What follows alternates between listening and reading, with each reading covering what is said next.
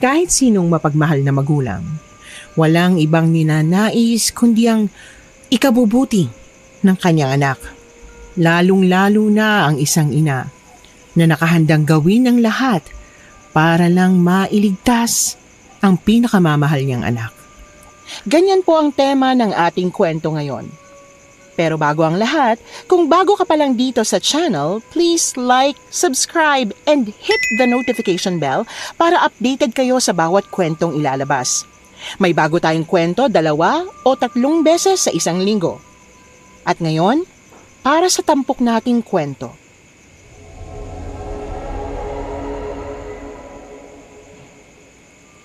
Ay, lintik ka talagang bata ka. Pinatawag ako ng teacher mo. Hindi ka raw pumapasok sa school.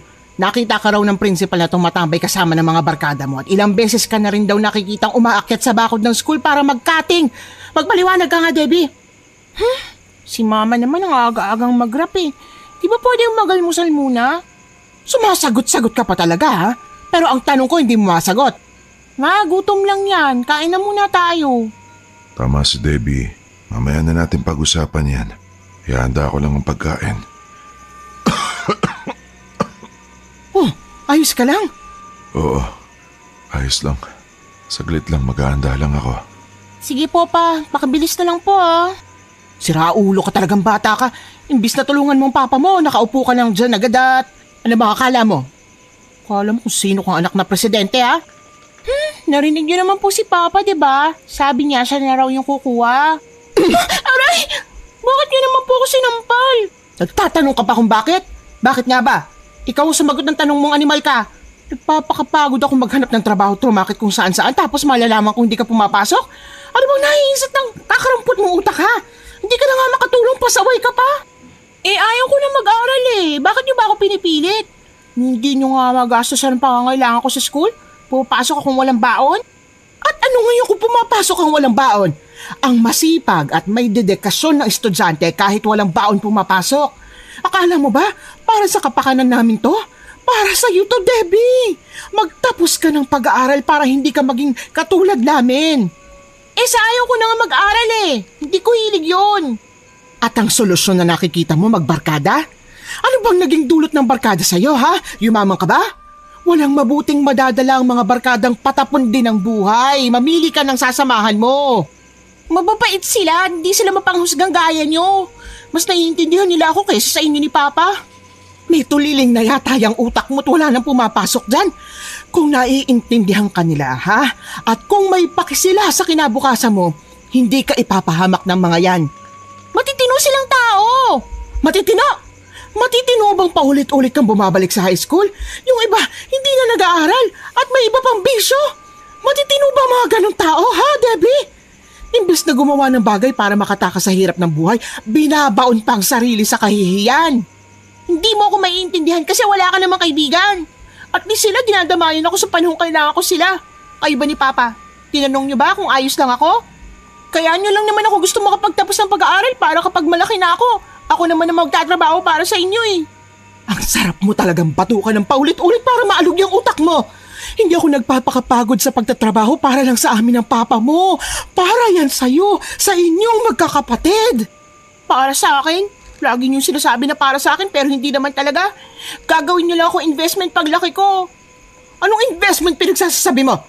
Hindi ko isusumbat ang ginastos at gagastusin pa namin ng papa mo. Pero ang sa amin lang, baguhin mong sarili mong buhay, anak. Huwag kang papayag na umulit ka lang sa dati. Hindi pwedeng habang buhay kang mahirap. Hindi madaling mabuhay sa mundo lalo na't wala kang maipagmamalaki kahit man lang diploma. Gusto ko namin makapagtapos ng pag-aaral para magkaroon ka ng maayos na trabaho dahil hindi kami habang buhay susuporta sa'yo. Darating ang araw na mawawala kami.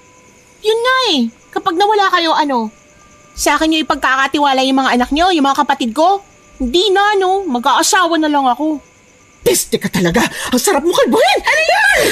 Aray ko, ang sakit! Kakalbuhin na lang kita kaysa maaga ka mag-asawa at ulitin mong miserable nating buhay. Dina, ano bang ginagawa mo? Bitiwan mo na si Debbie. Papa, huwag mo po akong bitiwan pa. Sasaktan na naman ako ni Mama. Huwag mo yang kampihan. Hindi na tama yung ginagawa ng anak mo. Narinig mo ba sinabi niya tungkol sa atin? Gagawin lang daw natin siyang investment. Pagpasensyaan mo na. Parang hindi ka naman dumaan sa pagiging teenager. Alam kong dumaan tayong lahat doon, Mike. Kaya nga alam natin ang kahahantungan kapag nagpabaya sa ganyang edad eh. Pasalamat nga siya may nagpapaaral sa kanya. Hindi katulad natin na sa murang edad kumakayod na tayo dahil walang pakialam ang mga magulang natin sa kinabukasan natin. Kumalma kayong dalawa. Parehas naman kayo may punto eh. Siguro naiisip yun ni Debbie dahil ganito ang kalagayan ko. Ako dapat ang nagtatrabaho pero dahil sakitin ako, hindi ko magawa. Sayang lang ang pinundar nating tricycle at hindi ako nakakapamasada.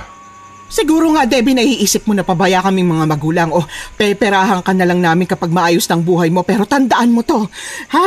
Tatandaan mo to. Hindi solusyon ang pag-aasawa ng maaga para makaahon sa hirap. Hindi rin investment ang pag-aasawa.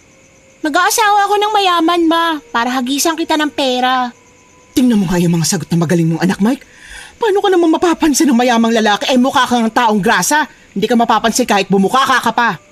Di na, tama na please. Ay, hindi! Malaki na ako, ma. Kaya ko na magdesisyon sa sarili ko.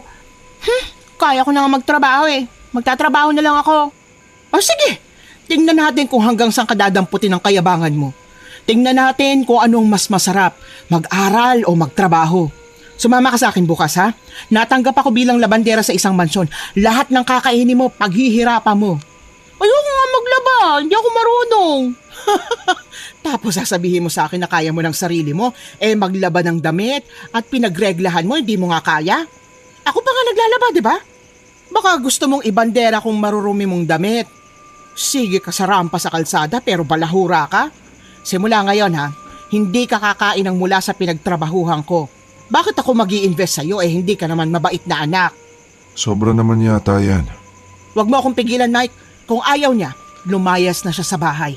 Tignan natin kung tulungan ka ng mga kaibigan mong isang kahig, isang tukarin ng mga magulang. Isipin mo, nagbabarkada ka sa mga taong hindi na nga makatulong sa magulang, pabigat pa, mabiso pa. Baka sangkot ka rin sa mga nakawan, ha? Malaman ko lang talaga, Debbie, ako mismo puputol ng mga daliri mong dahan-dahan, yung nararamdaman mong sakit. Hindi ako magnanakaw, ma. Hindi ko gagawin yun, oh. Abay, ayusin mo lang. Hindi ako mangingiming tapyasin yung mga kamay mong wala namang ambag sa mundo kundi kasalanan. Pwede na ba tayong kumain? Oh, umalis ka na, Debbie. Kung ayaw mo akong tulungan sa pagtatrabaho para may pangkain kang tamad ka, lumayas ka rito sa bahay. Hindi ka matutulungan ng mga tropa mo. Alam mo kung bakit? Dahil hinuli sila ng mga pulis at dinala sa Boys Town.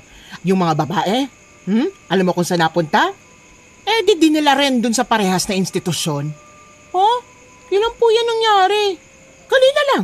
Ikaw ang barkada, hindi mo alam. Pasalamat ka't wala ka sa mismong lugar kung saan sila naaaktuhan ang ginagawa nilang kabulastugan. Kilala ako ng aking anak bilang striktang magulang. Maaga akong namulat sa pagtatrabaho at naging katulong ng mga kamag-anak ko para lang mabuhay. Hindi na ako pinaaral pa ng aking mga magulang pagkatapos ng elementarya. Ang sabi kasi nila, basta natuto akong sumulat at bumasa, mabubuhay na raw ako. Hindi sila naniniwalang makakamit ko ang aking mga pangarap. Kaya tuluyan nilang pinutol ang pausbong kong pakpak na paraan ko sana upang makalipad palayo sa kahirapan. Pero ako, ayokong danasin ng aking 3 anak ang mga dinanas ko. Gusto ko makapagtapos sila ng pag-aaral at makatikim ng ginhawa sa buhay. Dahil ayaw nang pumasok sa eskwela ng anak kong si Debbie, wala na siyang nagawa nang isama ko siya sa aking paglalabada. Ay, ihinto mo rito, Mike. Ito na yung mansyon. Wow, ang laki ng bahay. Sobrang ganda. May fountain pa sa gitna, Papa, oh. Mansyon nga eh. May mansyon bang maliit? Pangarap ko magkaroon ng ganyang kalaking bahay, ma. Paano ka magkakaroon ng ganyan wala kang pinag-aralan? Patawa ka. Panira naman ng moment si Mami. Mabuti na lang at may sarili tayong tricycle. Medyo malayo pala ang lugar na to. Huwag kayong mag-alala. Ihatid sundo ko na lang kayo. Sige, basta sunduin mo kami mamaya mga 5:00 ng hapon ha. Walang problema. Ingat kayong dalawa. Ay ikaw rin, mag-iingat ka pa uwi. Wow, ang ganda talaga ng mansyon na to. Mag-doorbell ka na nga. Kanina ka pa hangang-hanga dyan. Kung nag-aaral kang mabuti, magkakaroon ka ng ganyang kagandang bahay. Dahil ayaw mo, magtiis ka sa kubong pinagtagpi-tagping lumang plywood ang dingding. Paano ba mag-doorbell, Mang? Daldal mo naman eh. Wala nito sa bahay natin, oh. Ayan no, doorbell. Pindutin mo. Tingnan mo, doorbell na lang nahihirapan ka pang alamin tapos ang lakas ng loob mo magsabing alam mo ng lahat. Tumadakdak na naman po si Mama. Nakapagod-pagod. Ay, ewan ko sa'yo. Ulitin mo na nga pag-doorbell, baka hindi tayo narinig. Ang sabi ko, ulitin mo lang. Hindi sunod-sunod mong pagpipindutin yan. Das ko namang bata ka, mapapagalitan tayo niyan eh. Sorry po. Ang ganda talaga ng bahay niya eh. May terrace pa, Ma, oh. Kung lalaki yung amo mo, Ma, aakitin ko siya para maging asawa ko. Tapos titira kami sa bahay niya. Ay, tama. Gandang plano ko. Ay naku, tigilan mo na nga mangarap ng gising, Debbie, ha? Tigil-tigilan mo na yan. Diyos ko, pambata ka, ewan ko sa'yo. Kahit lalaki pa ang amo ko, sigurado akong hindi ka nun papatulan.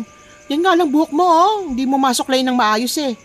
Grabe, Ma. Imbis suportahan mo ako sa mga pangarap ko, ganyan ka. Kahit kailan hindi ko susuportahan ng pagiging malandi mong bata. Hindi sa ibang tao dapat inaasa ang pag-asenso sa buhay kundi sa sarili mong dugot pawis. Ay, may paparating po, Ma. Siya na ba yung amo? Mukhang hindi. Siya yung nakausap ko nung nakaraan. Ay, pasensya na kayo't hindi ako nakalabas kaagad. May mga inasikaso pa kasi ako eh. Ayos lang. Hindi rin naman kami nagmamadali. Akala ko galit na kayo eh. Sunod-sunod kasing pagpindot nyo sa doorbell. Pasensya na. Na-excite lang itong anak ko. Siya nga pala si Debbie. Sasamahan niya akong maglaba. Hello po. Ako nga pala si Rita. Ako ang yaya ni Sir Bernie. Bernie? Lalaki po may-ari nito? Alika, pasok muna kayo. Salamat. Ang ganda nitong bahay. Wow, sobrang nakaka-relax. Tingnan mo, Ma, may swimming pool pa. Ay, mahilig kasi sa nature ang alaga ko. Gusto niya may mga halaman, puno, bulaklak, tsaka tubig sa paligid. Kaya rin siya nagtayo ng villa sa ganitong lugar eh, dahil doon. Kaya po pala medyo masukal ang lugar na ito, ano? Tahimik kasi rito eh. Malayo sa ingay ng mga tao.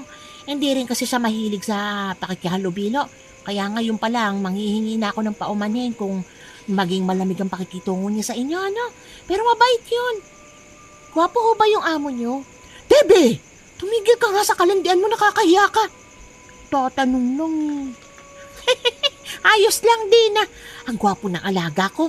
Hindi mo nga lang siya makikita ngayon kasi may inaasikaso siya. Pero uuwi rin yun. Halika kayo. Nandito yung laundry area.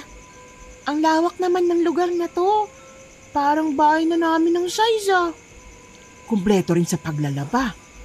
Ay oo. Kumpleto ng mga gagamitin nyo rito pero huwag kayong mahiyang magsabi kung may kulang pa ha. Labas muna tayo. Doon muna tayo sa may sala. May gusto ba kayong inumin o kainin? Ipaghahain ko muna kayo bago tayo magtrabaho. Ay, hindi na. Nakakahiya naman sa'yo. Ako po kung may cake sana. Cake po sa akin. Hoy, Debbie, mahiya ka nga. Ay, tamang-tama. May Black Forest sa ref ko. Kunin ko lang ha. Huwag kayo mahiya. Bilin sa akin ni Sir Bernie. Napakainin ko muna kayo bago kayo magtrabaho eh. Napakarami kasi ninyong lalaban sa ngayon dahil nag-resign yung labandera namin. Na-inback yung mga maruruming damit. Tapos nagpalit din ako ng mga kortina at saka bedsheet. Ganun ba? Dalawa naman kaya kayang-kaya namin yan. Sige, dyan na muna kayo at pupunta lang ako sa kusina ha. Siya siguro si Sir Bernie, Ma. Ang laki ng picture niya, wala nakasabit. Pero parang sobrang luma na ng picture. Sa tingin ko, hindi lang yan basta picture, parang painting yan. Kamukha siya ng isang artista, pero ang weird ng taste niya sa mga display, Ma. Nakakatakot tingnan yung mga manika doon, oh. May mga dambuhalang statwa pa siya ng mga lalaki. Dahil mahilig si Sir Bernie sa mga nakakatakot na bagay. Kinulat niyo naman po ako, Manang Rita. Pasensya ka na kung nagulat ka, ha? Kumain na kayo. Wow, mukhang masarap ang cake, ah. Patikim. Sarap nga. Ngayon ako nakakain ng ganito kasarap na cake. Maraming salamat, Ate Rita. Walang anuman. Basta kapag kailangan niyo ako, huwag kayong mahiya na magsabi. Nandyan lang ako kung saan-saan. May gusto nga pala akong sabihin ng mga rules dito sa bahay. Ano ho yun? Mahigpit na ipinagbabawal ni Sir Bernie ang pumasok sa kwarto niya, maging ang maglibot-libot sa bahay niya. Tanging sa laundry area lang kayo pwede, sa dining area at saka sa sala. Ako, walang arte si Sir Bernie pero importante lang sa kanya ang salitang privacy. Tatawagin ko na lang kayo kapag kakain na. Ayaw din namin dito yung malikot ang kamay ha, lalo ng paglaruan ng mga koleksyon ni Sir. Makakaasa po kayo dyan. Sa paglalaba, ayaw ni Sir Bernie na palaban sa iba yung mga underwear niya, kaya huwag niyong laban kung may makita kayo, itabi niyo lang. Pwede niyong iwasin ang mga labahin pero kailangan pa rin kusutan pagkatapos para siguradong malinis, ha? Sa usapang bayad naman, makakaasa kayong walang magiging problema ron. Pwede kayong mag-advance kung gusto niyo. Kuha niyo ba? Kuha namin, Ate Rita. Salamat naman. Sige na, kumain na kayo. Ibababa ko lang iba pang lalaban niyo, ha? Salamat po. Sarap nito, ma. Tikman mo. Sige, kumain ka lang ng kumain dahil mamaya magtatrabaho ka na. Grabe, ma. Pwede bang kumain muna tayo? Trabaho agad ang nasa isip mo eh. Kailan kaya uuwi si Papa Bernino? Gusto ko na siyang makilala. Ako, tumigil ka nga sa inaasal mo, Debbie. Nakakahiya ka talaga. PJ mo, ma. Hindi ko na pinahaba pa ang diskusyon at nagsimula na kaming maglaba.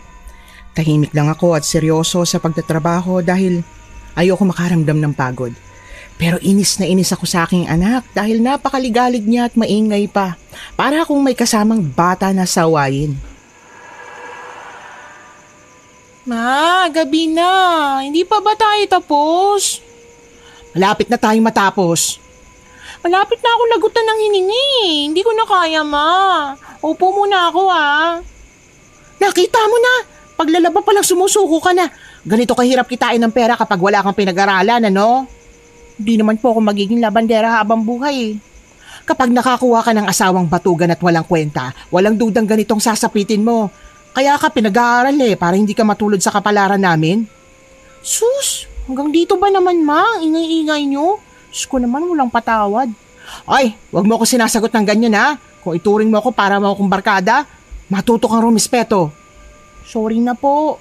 Pero wag kayong mag-alala. Itong bahay, magiging sa atin to balang araw. O kaya magkakaroon tayo ng ganitong bahay. Sus, tumigil ka na sa kahibangan mo. Kung di naman din galing sa pagsisikap mo, hindi ako titira sa bahay na gano'n, ano? Ma, nakita mo na ba yung may-ari ng bahay na to? Hindi pa. Si Ate Rita lang ang nakakausap at naaabutan ko rito. Ay, ilagay mo nga itong natuyong damit sa gilid. Kukusutan ko mga damit para bukas, iwawasin ko ulit. Pagkatapos nun, uwi na tayo. Sige po. Siraulong patang ito. Ayaw pagsikapan ng mga bagay-bagay. Gusto madali ang paraan. Balang araw matututunan niya. Ang mga bagay na nakuha sa madalian, madali ring nawawala. Di ko alam kung saan ako nagkulang sa pagpapalaki sa anak kong ito. Ay! Mama! Debbie! Debbie, nasaan ka? Naku, wala pala siya rito. Lokong bata ito, pasaway talaga. Mama! Nandyan na! Mama, tulong po! Diyos ko po, anong ginagawa mo rin sa taas ng malaking statwa? Makita ka ni Ate Rita dyan, bumaba ka na! Yung malaking aso, gusto po ako lapain eh! Ay, naku po, ang laki nga! Lumayo ka sa anak ko! Ate Rita! Ate Rita! May malaking aso po rito! Gustong kagatin ng anak ko! Ako habulin mo aso ka! Dito, bilis! Ma, ingat po kayo! Mukhang galit na galit siya! Dusty, behave! Sino yun? Anong nangyayari rito? Narinig kong sigaw mo, Dina! Ay, hala! Bata ka! Anong ginagawa mo sa koleksyon ng alaga ko? Bumaba ka dyan! Ay, pasensya na po kayo sa anak ko! Ang gwapo pala niya talaga. Ayos lang, Yaya Ritz. Naintindihan ko. Alam naman natin masyadong sensitive si Dusty sa mga bagong tao na nakikita niya sa loob ng bahay. Halika, miss. Tutulungan na kitang bumaba. Salamat. Debbie! Ay, tanga talaga tong batang to, mahuhulog pa. Buti nasa lo. Ayos ka lang? Oo, salamat Oh, ibababa na kita, ha? Dusty, bumalik ka na sa kwarto mo. Ngayon na. Ay, sandali. Bakit parang may kakaiba sa asong yun? Kakaibang mga mata niya, nanlilisik at mapupula. Si Sir Bernie naman, sobrang haba tulis ng kuko. Ay, teka, namamalikmata yata ako. Oo nga, namamalikmata lang ako. Normal naman yung kuko niya. Ito ang isa sa dahilan kung bakit ayaw ko kayong gumala sa loob ng bahay eh. Hindi nakatali si Dusty, pero kapag naramdaman niya may gumagalaw na kakaiba sa loob ng bahay, doon siya lumalabas. Ano ba ginawa mo, Debbie, at nagalit sa'yo si Dusty? Hinawakan ko lang po yung statue. Nako, malakas ang kutob niya ni Dusty kapag may gumalaw sa kahit anong koleksyon ni Sir Bernie. Nagagalit talaga siya. Ay, pasensya na po sa inasal ng anak ko, Ate Rita. Sir Bernie, hindi na po mauulit. Ay, dapat lang. Para di naman sa kapakanan niyo yung sinasabi namin. Tama na yan. Hindi na dapat tayo magtalo pa sa ganitong usapan lang. Yaya Ritz, pakibigay na ang sahod nilang dalawa ngayong araw. Doblein mo na. Dalawa pala silang nagtatrabaho dito. Hindi ba't arawan ng trabaho nila? Ay, oo nga pala. Etong bayad niyo ngayong araw. Pero hindi pa namin tapos yung trabaho. Hindi mahalaga. Arawan ang usapan natin, hindi ba? Kahit matapos ang trabaho o hindi, babalikan niyo naman yan bukas, hindi ba? Oo naman po. Salamat po. Ang gwapo niya. Ganyan ang tipo kong lalaki. Tumigil ka nga, nakakayak talaga. Ang gwapo talaga, Ma. Papakuran ko na siya kaagad. May sinasabi ka? May kailangan ka pa ba, miss? Wala naman po. Ang ibig ko lang sabihin, ang bait niyo naman po, Sir Bernie. Mukhang malayong pinanggalingan mo May dala ka pang maleta eh. Tumigil ka nga, Debbie. Oo. Galing ako sa business meeting. Pasensya na ha. Gusto ko pa sanang kilalanin kayo kaso napagod ako sa biyahe. Kailangan ko na magpahinga. Wala pong problema. Pauwi na rin naman po kasi kami. Pasensya na po talaga. May ibang araw pa naman para magkakilala tayo, sir. Good night, Sir Bernie. Sweet dreams. Mapanaginipan mo sana. Si Mama naman nananabunot. Ilugar mo yung kalandian mo. Good night din. Yaya Ritz, ikaw na po ang bahala sa kanila. Si Dusty, pakainin mo ng paborito niyang pagkain. Ay, huwag ka mag-alala. Ako na bahala sa lahat. Hindi ka ba kakain? Iiniti ko lang yung paborito mo. Kumain na po ako. Magpapahinga na ako ha. Bye, sir. Ma'am, initian niya ako. Umayos ka. Huwag mo ko ipahiya dito. Naku, umanda ka sa aking pagka-uwi. Samahan ko na kayo palabas, ha? Salamat po, Ate Rita. Bukas, ha? Sana hindi na ito maulit. Para rin naman sa kapakanan niyo yung mga sinasabi ko. Oo, alam po namin. Naku, hindi na po mauulit. Pasensya na po talaga. Sorry po, Manang Rita. Baka pagalitan po kayo ni Sir Bernie dahil sa amin. Ay, mabait si Bernie. Huwag lang talaga siyang sasagarin. Naku, kanina pa yata nasa labas ang papa mo. Puntahan mo na nga. Baka nakatulog na yun sa tricycle. Sige po. Dito na kami, Ate Rita. Ingat kayo, ha? Opo, salamat. Kala ko anong oras pa kayo lalabas eh. Kanina pa ako rito. Pasensya na. Marami kasi kaming nilaban eh. Di pa nga kami tapos. Hindi naman kasi nakatulong tong anak mo na may ruwisyo pa. Ano na naman ang ginawa mo, Debbie? Naku, sa bahay na natin pag-usapan. Sobrang nakakahiya ang anak mo. Hindi ko alam kung kanino yung nagmana. Pa, magkakaroon ka na ng manugang. Manugang? Yung may-ari ng bahay na yan. Mapapangasawa ko siya. Mukhang pagod ka talaga. Nadidiliryo ka, anak. Nakita mo na kung gaano kayabang yung anak mo. Diyos ko, umuwi na nga tayo. Sumakay na kayo. Kailangan na talaga nating umuwi. Kawawa yung dalawang bata ron, walang kasama. Habang nasa biyahe, hindi na talaga ako nakapagpigil na sabunin ang anak ko dahil sa inasal niya sa mansyon. Ikaw talagang bata ka. Mas makati ka pa sa higad. Kung makatitig ka kay Sir Bernie, parang hinuhubaran mo pa. Ma, makalaglag panty naman po talaga yung itsura niya. Ganun yung mga tipo kong lalaki.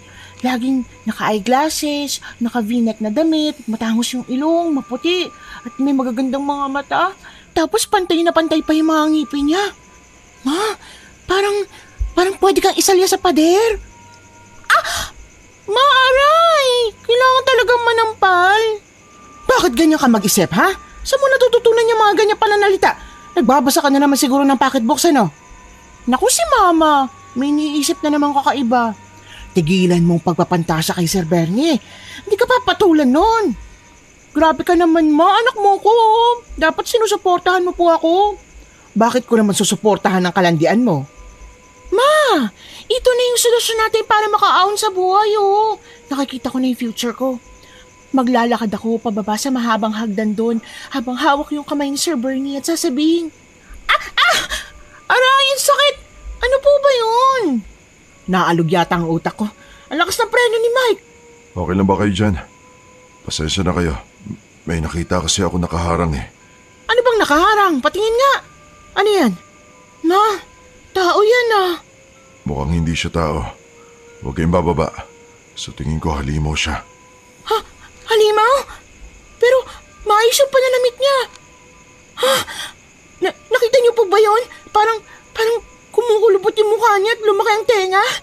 Sabi sa inyo eh, hindi siya pangkaraniwan. Baka aswang. Tingnan niya yung mga kuko niya, sobrang haba. Nalilisik ang mga mata. Bakit parang galit siya sa atin, Ma? Nakakatakot yung dila niya mahaba. Pinandila niya pa sa paligid ng labi niya. Mukhang kakainin niya tayo. Huwag kayong magpakita ng takot. Mas natutuwa pa ang mga aswang kapag naaamoy nila ang takot ng isang tao. Kumapit kayo. Iaharurot ko ang tricycle. Sasagasaan ko siya. Ano? Teka, sandali! Eto na. Kapit! Ay! Mike! Pakiramdam ko titilapon ako, Ma! Kumapit ka lang! Ah! Debbie! Nakailag siya. Mababangga tayo, Mike! Mike! Ah! Salamat sa Diyos. Mabuti na lang at hindi tayo nalaglag sa bangin. Sira ulo ka! Nalaglag si Debbie! Aray! Ang sakit ng ulo ko, nauntog ako. Ang bilis mo kasi magpatakbo eh. Si Debbie nalaglag! Oo, sandali. Huwag mong hubarin ang shorts ko. Huwag mong ilahin. Bababa na ako. Naku, naloko na. Bakit? Si Debbie, karap na ang halimaw. Ano? Debbie! Anak! Sandali, Dina. Sasamahan kita. Dina! Huwag mong sasaktan ang anak kong halimaw ka! Ah! Aray! Humahaba ang dila niya! Kasing sakit ng latigo! Hindi ako makalapit. Debbie! Anak! Diyos ko, Mike! Hinimatay ang anak natin! Umalis ka sa anak ko. Alis! Akala mo hindi ako handa ah. Palagi ako may dalang isang maliit na timbang may asin. Palagi akong handa sa pagsalakay nyo. Tumakas na siya, Mike! Mabuti naman. Akala niya kakayanin niya tayo. Debbie! Debbie! Dahan-dahan, Dina. Baka matapilo ka. Debbie! Anak! Nawalan siya ng malay dahil siguro sa takot. Bubuhatin ko siya para makauwi na tayo. Tila may nagkakarera sa aking dibdib nang makita ang aking anak na walang malay. Dali-dali namin siyang inuwi sa bahay, mabuti na lamang at habang nasa daan ay nagkamalay na siya. Akala ko hindi na siya magigising. Pagkarating namin ng bahay ay ihiniga siya ng aking asawa sa kanyang kama. Tsaka naman nagising si Debbie. Ma! Ano? Debbie, ayos ka lang? Pasensya ka na anak ha. Hindi ko na malaya na nalaglag ka sa tricycle. Kamusta naman ba ang pakiramdam mo? Masakit po ang katawan ko. Ano po kaya yung nilalang na yun? Hindi na yun mahalaga. Ang mahalaga ay ligtas ka. Aray! Ang sakit po ng sugat ko. Saan sugat? Patingin niya ako. Ay, oo nga. May kagat ka sa leeg, anak. Parang tuklaw ng ahas, ah. 2 matulis ng ngipin ang bumaon. Diyan ka lang. Huwag aalis. Kukunin ko lang yung panggamot ko. Panggamot? May kaunting kaalaman ng mama mo sa panggagamot. Eto na. Tumabi ka na muna saglit, Mike. Kailangan natin maggamot yan. Hindi natin alam kung may rabies yung aswang na yon. Aray, Ma! Masakit po! Tiisin mo. Kesa naman mamatay ka. Mabuti na lang talaga at sa leeg lang ako nasugatan. Hindi ko kayang masira yung mukha ko, Mama. Ako, hindi ko na rin kinakaya yung kaartehan mo. Tumigil ka nga dyan. Napahamak ka na. Yan pa rin ang iniisip mo. Kasi naman po, May. Itong mukhang to ang aahon sa atin sa kahirapan. Kaya hindi to pwedeng masira, ano? Ay, sabi kong tumigil ka na. Ba't niyo naman dinidiin ang pagpahid ng gamot, Ma? Sakit po kaya. Huwag mo naman masyadong diinan. Baka lalong lumala ang sakit niya. Nagpibiro lang naman po ako eh. Mama, Papa, totoo ba talagang aswang yung halimaw na yun? Walang duda. Aswang nga yun. Pero bakit niya kaya tayo sinalakay? Hindi po ba yung mga buntis na nga sinasalakay ng mga aswang? Hindi sa lahat ng pagkakataon. May iba't ibang aswang, Debbie. At sigurado akong ang aswang na nakita natin ay ibang uri ng aswang na alam natin. Bantayan mo anak natin. Tapos ko nang linisin yung sugat niya. Magluluto lang ako na makakain natin. Hindi na po ako kakain, Ma. Gusto ko na po magpahinga. Sigurado ka ba, anak? Bukas na lang po ako kakain. Pagod na po talaga ako ngayon eh. Sige, kung yan ang gusto mo. Halika, Dina. Pero, Huwag ka nang kumontra. Pagpahingin na muna natin siya. Halika sa kusina. ayos lang kaya si Debbie? Ako natatakot para sa kanya eh. Matatag ang anak mo, kaya wala kang dapat ipag-alala. Sana nga. Huwag na kayong pumunta ron, ha? Hindi ko na kayo papayagan. Bakit naman? Hindi naman namin araw-araw makakasagupa yung mga ganoong aswang. Naririnig mo ba ang sarili mo, Dina? Pupunta ka pa rin doon kahit alam mong delikado sa daan. Paano kung sugurin ulit tayo ng aswang? Paano kung mahuli ako ng dating? Hindi mo na iintindihan. Kailangan natin ng maayos at permanenteng trabaho. Lumalaki na yung mga anak natin. Kailangan natin ng trabaho makakasuporta sa kanila. May trabaho ka nga. Paano kung mamatay kayo dahil sa mga aswang na gumagala? Anong may dudulot niyang trabahong sinasabi mo? Napahamak na nga ang anak mo. Hindi nga pwede, Mike. Ngayon pa na minsan pasumpong-sumpong ang kondisyon ng katawan mo. Kailangan natin ng pera bukod sa minsanang pamamasada mo. Bahala ka na nga. Basta palagi kayo mag-iingat, ha? Palagi kang magdala ng asin. Kahit itago ay hindi ko rin maiwasang hindi pangunahan ng takot. Lalo na at kasama ko ang aking anak. Napag-isipan kong hindi na lang siya isama kinabukasan pero nagulat ako nang makitang nakabihis na siya. Nakasuot siya ng sobrang iksing shorts at mababang neckline na damit. Halos lumuwa sa suot niya ang magandang kurba ng katawan. Sinabi ko sa kanya na huwag siyang sumama pero nagmatigas pa rin siya at matapos kumain ay una siyang sumampa sa tricycle. Napabuntong hininga na lang ako nang makita ang tricycle na naipundar ko noon mula sa pagiging kasambahay sa mayamang pamilya. Ito na lang ang alaala ko sa trabahong yon dahil ng ibang bansa ng pamilyang pinagtrabahuhan ko. Wala na akong nagawa kundi ang isama si Debbie. Nang makarating kami sa mansyon ay kinikilig siya habang nagdo-doorbell. Ding dong, ding dong, ding dong. Anong ginagawa mo? Di mo naman sinabi may talent ka pala sa paggaya ng tunog. Sana sinabi mo para kapag may tao sa bahay, ikaw na lang ang gawing doorbell. Si Mama naman panira ng araw eh. Tingnan mo, Ma. Ikot ako. Di ba ang sexy ko? Bakit pa ganyan ang suot mo? Maglalaba tayo, hindi sasali sa fashion show. Hindi naman porke labandera tayo, Ma. Kailangan mukha na po tayong losyang. Kailangan may poise pa rin. Tingnan mo to, Ma. Mukha na ba akong model? Huwag ka sumantal dyan sa gate at baka magbukas. Oh, ayan na nga. Mama ko! I'm so sorry. Hindi ko alam na may taong nakasandal sa gate. Okay ka lang ba? Okay lang ako. Ang tigas ng dibdib mo. Debbie! Halika nga rito. Haliparot ka talaga. Good morning po, Sir Bernie. Pasensya na po kung pasaway itong anak ko. Good morning rin po. Wala pong problema. Ako na po yung nagbukas kasi busy si Yaya Ritz eh. Salamat po. Pasok na po kami. Kumain na ba kayo? Pwede ako magpahanda ng pagkain bago kayo maglaba.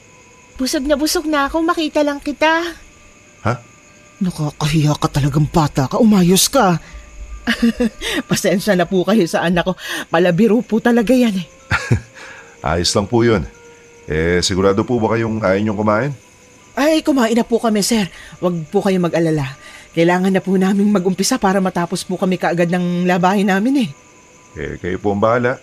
Basta kapag may kailangan po kayo, tawagin niyo lang si Yaya Ritz, ha? Hindi ba pwedeng ikaw ang kailanganin? Aray ko, Ma! Tumigil ka na, nakakahiya ka na. Nako, huwag niyo na po siyang intindihin, sir.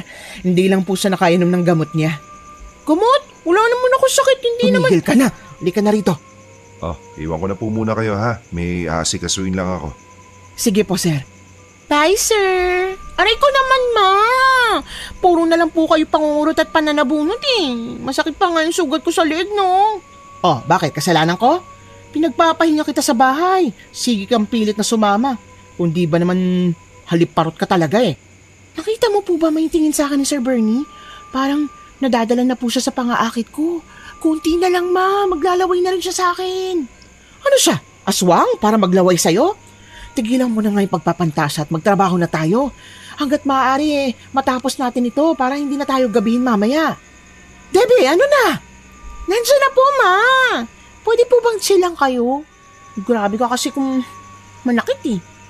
Nandito tayo para magtrabaho, hindi para trabahuhin ang amo. Pero alam mo ma, ang bango-bango ni Sir Bernie. Ang sarap niyang... Ang cute niya, sobra. Wala ka na ba talagang respeto sa akin, ha? Ilang taong ka pa lang, Debbie? 17 ka pa lang. Hindi dapat ganyan ang naiisip mo. Mangarap ka dapat para sa sarili mo at hindi umasa sa ibang tao. Ihiwalay mo itong mga dekolor sa puti at baka hindi kita matansya. Ikaw ang paghiwa-hiwalayin ko. Si Mama panira talaga eh. Hindi naman po ako nangangarap para sa sarili ko, no? Siyempre kapag yumaman ako, kasama kayo. Eh, hindi ko kailangan. Ang kailangan ko, kumilos ka ngayon.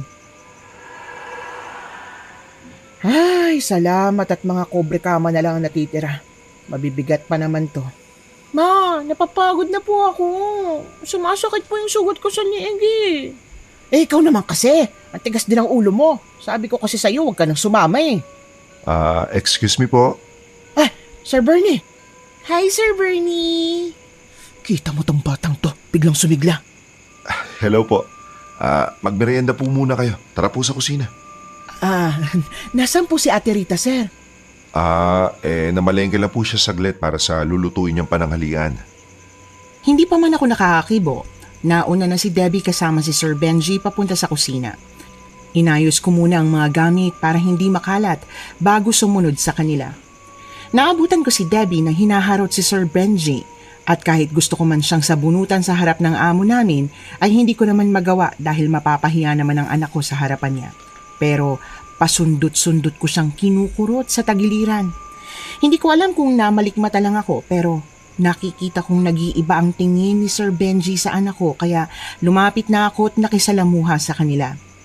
Matapos kumain ay bumalik kami sa paglalaba. Debbie, hindi ko gustong pangharot mo kay Sir Bernie, ha? Nakakahiya ka.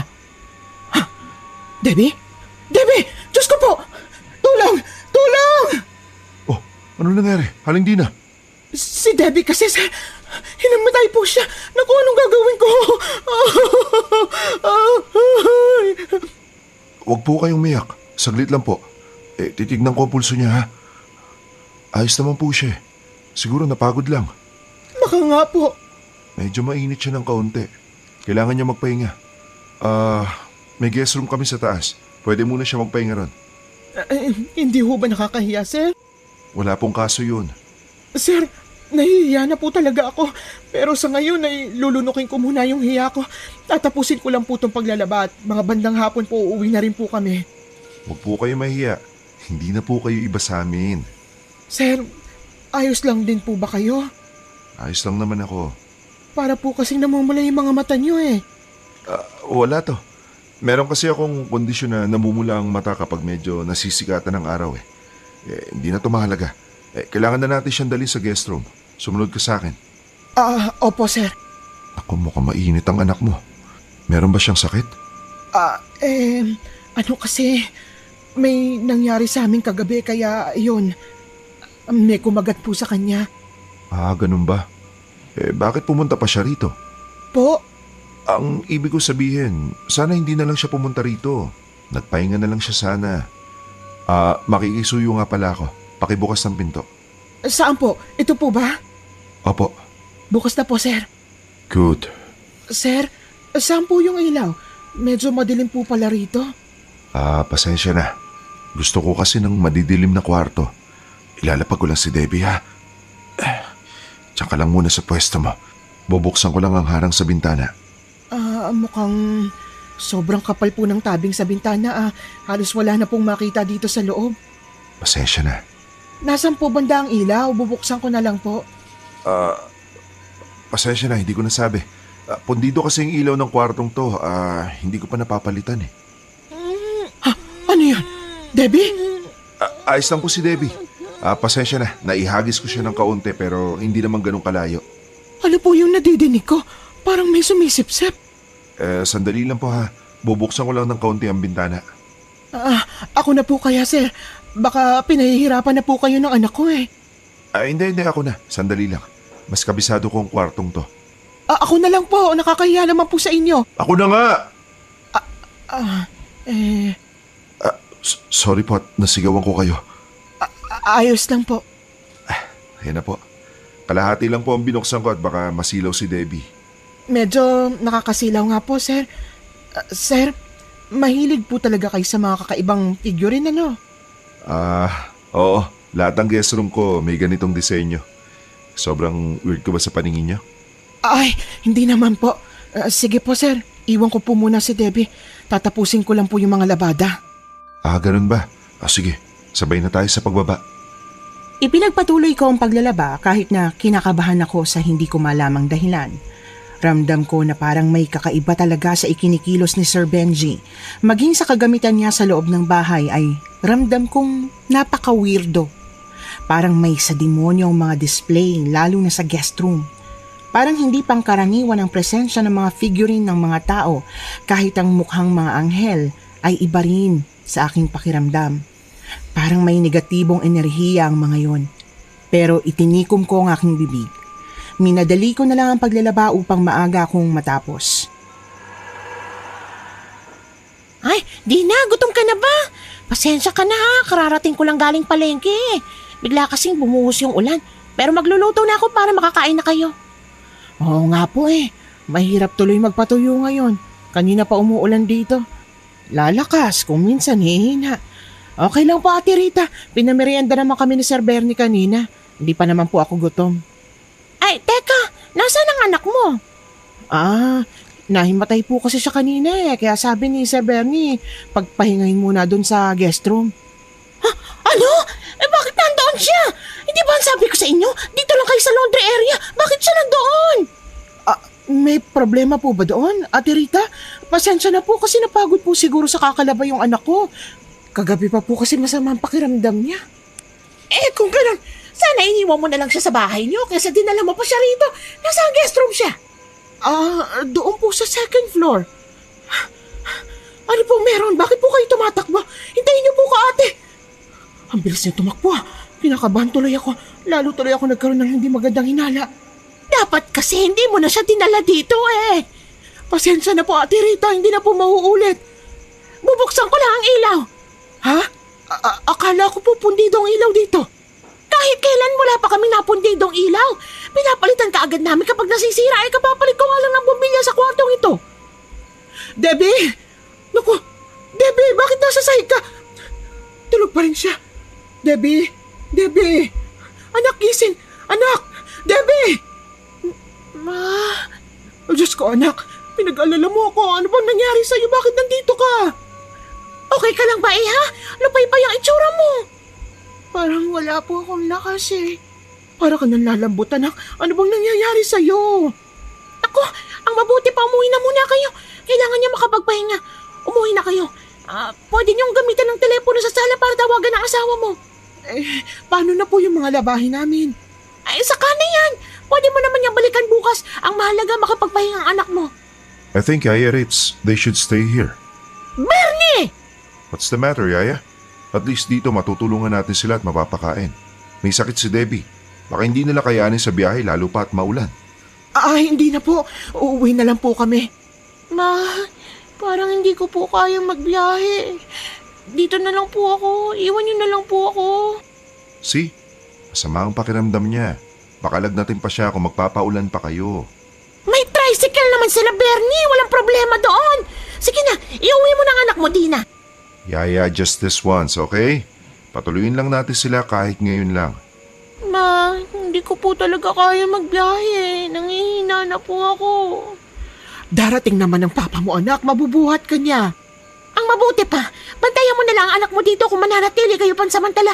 Ibigay mo sa akin ang number ng asawa mo akong tatawag sa kanya. Dito ka na lang muna sa kwarto. Dadalang ko na lang kayo ng pagkain kapag nakaluto na ako. Huwag kayong gagalaw ng mga gamit dito, ha? Wala pong problema. Sabay silang umalis ni Sir Benji. Habang naglalakad sila palabas, naramdaman kong may namagitan sa kanilang katahimikan. Kakaiba rin ang tinginan nila. At bago nila tuluyang isara ang pinto, nakita kong parang nagtatalo sila pero ngumingi silang si Sir Benji kay Ate Rita. Hanggang sa nagtama ang paningin namin ni Sir Benji. Kakaiba na ang nararamdaman ko sa kinikilos nila pero binabaliwala ko lang dahil wala naman akong basihan sa mga hinala ko. Sinunod ko ang utos ni Ate Rita na bantayan si Debbie habang natutulog. Ang hindi ko lang maintindihan ay kung bakit nagsinungaling si Sir Benji sa akin tungkol sa ilaw sa silid. Napakababaw na dahilan para maghinala pero hindi ko maiwasan. Dinalahan kami ni Ate Rita ng pagkain pagkatapos niyang magluto. Sinubuan ko na lang si Debbie dahil nanghihina talaga siya. Hindi ko alam kung pag-iinarte niya lang o talagang totoo na masama ang pakiramdam niya. Dumating na ang asawa ko saktong pagkatapos naming kumain kaya bumiyahe na kami pauwi. Tumagal ang aming biyahe dahil sa malakas na buhos ng ulan. Si mama naman panira talaga ng diskarte. Oh, nakauwi lang tayo. Magaling ka na. Ayos na ba ang pakiramdam mo? Medyo ayos na po. O bakit ka nakabusangot? Si mama kasi, dapat doon ako patutulugin ni Sir Bernie ang kaso tumanggi sila ni Manang Rita. Pagkakataon ko na sana yun para maakit si Sir Bernie. Ikaw talagang bata ka! Ma, huwag niyo naman po ang kurutin. Baka magpeklat yan Wala akong pakialam kahit mamagapang mga kurot ko sa'yo. Eto pa, Tama na po. magsawa ka sa mga kurot ko. Sira ulo kang bata ka? Pinag-alala mo kami, alam mo ba yon? Akala ko kung ano nang nangyari sa'yo tapos eto ka na parang wala lang nangyari. Acting-acting mo lang ba yon ha? Debbie, sumagot ka! Hindi po. Masama po talagang pakiramdam ko. Ano yung arte-arte mo dyan na parang walang nangyari? Muntik na akong atakihin kakaalala sa'yo tapos parang ginagawa mo lang biro. Kung ako na lang kayang kumagat sa'yo nang matapos na yung pagiging haliparot mo. Ewan ko ba kung saan ka nagmana? Tama na yan. Palagi na lang kayo nag-aaway. Hindi ba kayo nagsasawa sa mga bangayan nyo? Yung totoo, Debbie. Totoo ba yung pagkahimatay mo? Totoo po yan, Ma. Sumakit po kasi talaga yung kagat sa leeg ko.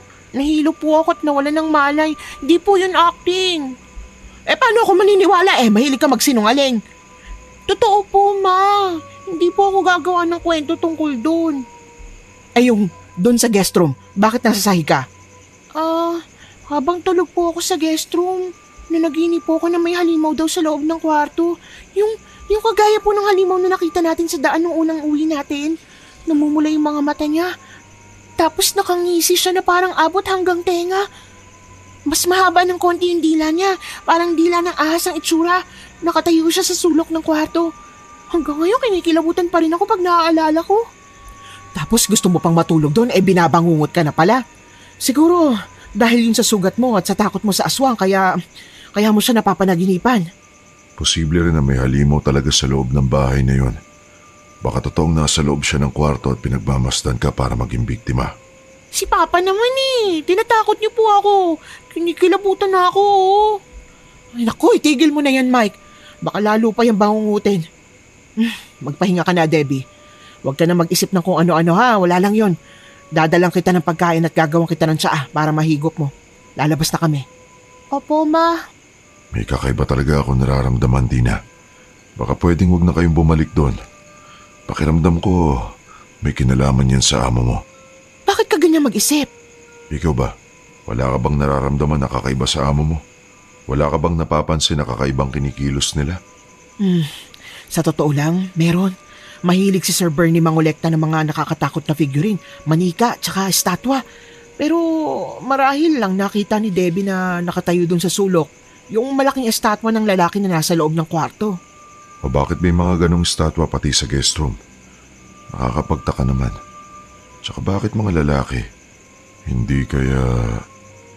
Nang gabing yon ay halos hindi ako nakatulog sa kakaisip kung anong meron kay Sir Benji at kung bakit kakaiba ang mga tingin niya. Parang pailalim kung tumingin siya kay Debbie. Matapos kong pakainin si Debbie ay napansin ko na sobrang taas ng lagnat niya. Madali ko siyang pinunasan at binihisan. Akala ko'y nakatulog na siya nang iwan ko pero nang sumilip ako sa kwarto niya matapos ang ilang minuto ay wala siya ron. Hinagilap ko siya at nakita kong palabas na ng bahay kaya kaagad kong hinablot. Nang humarap siya sa akin ay nakita kong nakapikit ang mga mata niya. Naglalakad siyang tulog. Inalarma ko si Mike para ibalik si Debbie sa kwarto.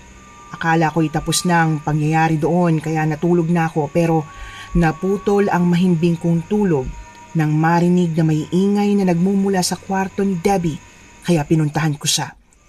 At pagsilip ko sa loob ng kwarto nakita ko ang aktong pag-untog niya ng ulo sa pinto. Debbie? Debbie, anong nangyayari sa'yo? Naku, tulog ka pa rin? Ngayon ka lang naging ganito Teka, Debbie, saan ka pupunta? Ay, bakit ko ba siya kinakausap tulog nga siya. Puntahan ko na nga itong asawa ko. Mike! Mike! Lintik na nagkakagulo na rito, tulog ka pa rin! Debbie, sandali lang, saan ka pupunta? Mike, bumangon ka na nga! Anong ingay ba yan? Ay, naku, kanina pa kitang tinatawag. Tulog mantika ka lang talaga. Ano ba kasi yung problema? Natutulog yung tao Si Debbie, naglalakad na naman habang tulog. Ha? Sandali, kukunin ko lang t-shirt ko. Bilisan mo, baka makalabas siya. Hindi ko siya kayang pigilan, Mike. Hinahawi niya lang ako. Ay, kung bakit kasi palagi kang nakahubad kapag natutulog Kapag tuloy may ganitong problema, kailangan mo pa magbihis. Mukha ka namang daing. Dami mong sinabi. Nasaan ba siya? Debbie! Naku, yan na nga bang sinasabi ko na wala na sa silid niya. Hindi naman nakabukas ang pintuan natin. Baka nandito lang yun. Sa kusina! Bilis! Ay, ayun nga, Mike! Sa pintuan sa kusina lumabas. Alam niya kung saan mas madaling buksan. Saan naman siya pupunta ng ganitong disoras ng gabi? Tanungin mo ko kasi baka alam ko no? O, saan nga? Hindi ko alam, Mike. Mukha bang alam ko? O, sabi mo kasi tanungin kita Ay nako, halika na, sundan na natin siya. Ayun, nakikita ko siya naglalakad papunta sa masukal na daan. Sandali, kukunin ko lang ang flashlight natin. Bilisan mo na't baka makalayo pa siya. Eto na nga. Mabuti may flashlight tayo nilagay sa kusina. Dadaling ko to. Halika na, sundan natin siya. Ano na bang nangyayari sa anak natin? Parang hindi na ito maganda. Malamang kagagawan to ng aswang na kumagat sa kanya.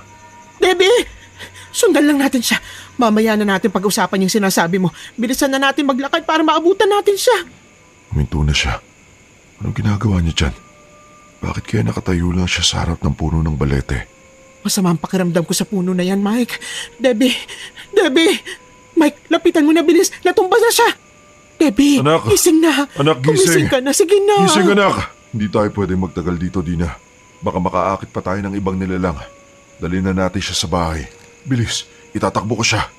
Oh, sige. Dito lang ako sa likuran mo. Akin na yung flashlight. Ako nang tatanglaw sa daan. Pagkarating sa bahay ay sinubukan namin siyang gisingin. Nakahinga ako ng maluwag nang magising naman siya. Pilit niyang sinasabi na masakit na naman ang sugat sa leeg niya. Nang tingnan ko yon ay muli na namang nanariwa ang sugat na dapat ay hilom na. Ginamot kong muli ang sugat sa leeg ni Debbie. Pagkatapos ay pinatulog ko siya at napagpasyahan kong tabihan siya para hindi na siya makalabas ng kwarto basta-basta. Kinausap din ako ng aking asawa na hindi maganda ang nangyayari at gusto na niyang dalhin si Debbie sa isang albularyo. Sa takot ko na baka maulit ang nangyari ay pumayag ako. Kinabukasan ay gumayak na kami. Dahil kailangan kong tapusin ang labada kay Sir Benji, si Mike lang ang sumama sa kanya at sinundo na lang nila ako noong oras na ng pag-uwi. Ano sinabi ng albularyo sa'yo? May problema tayo, Dina. Ang sabi ng albularyo... Pasok lang po ako sa kwarto. Huwag ka munang matutulog maghahanda pa ako ng hapunan natin. Opo. Ano nga yun? May problema tayo. Dahil nung tiningnan siya ng albularyo, sabi may kumokontrol daw kay Debbie na isang aswang. Ano? Huwag kang maingay. Alam mo bang umiiyak si Debbie kanina nang marinig yun sa albularyo? Kasi hindi raw siya makapaniwala.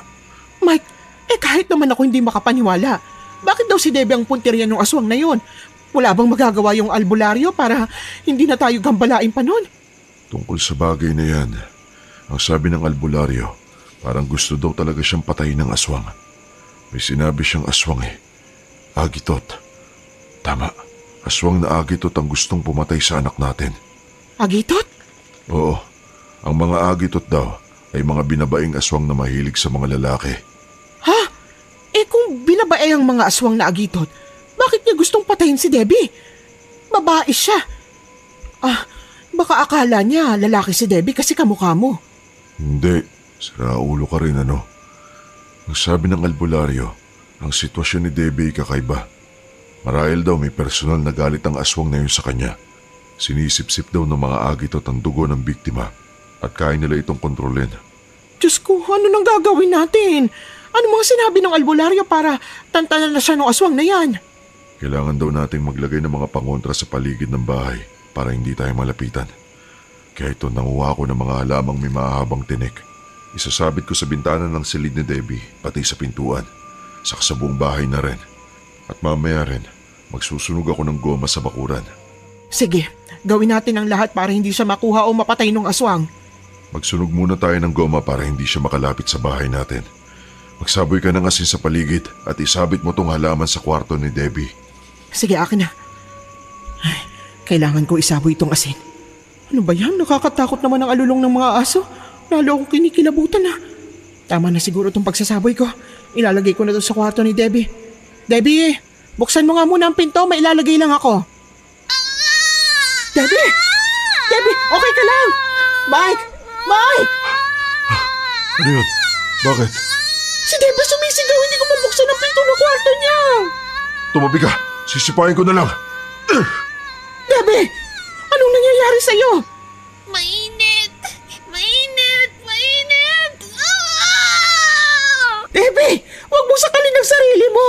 Masakit! Masakit! Masakit! Debbie, kumalma ka lang. Kaya natin to.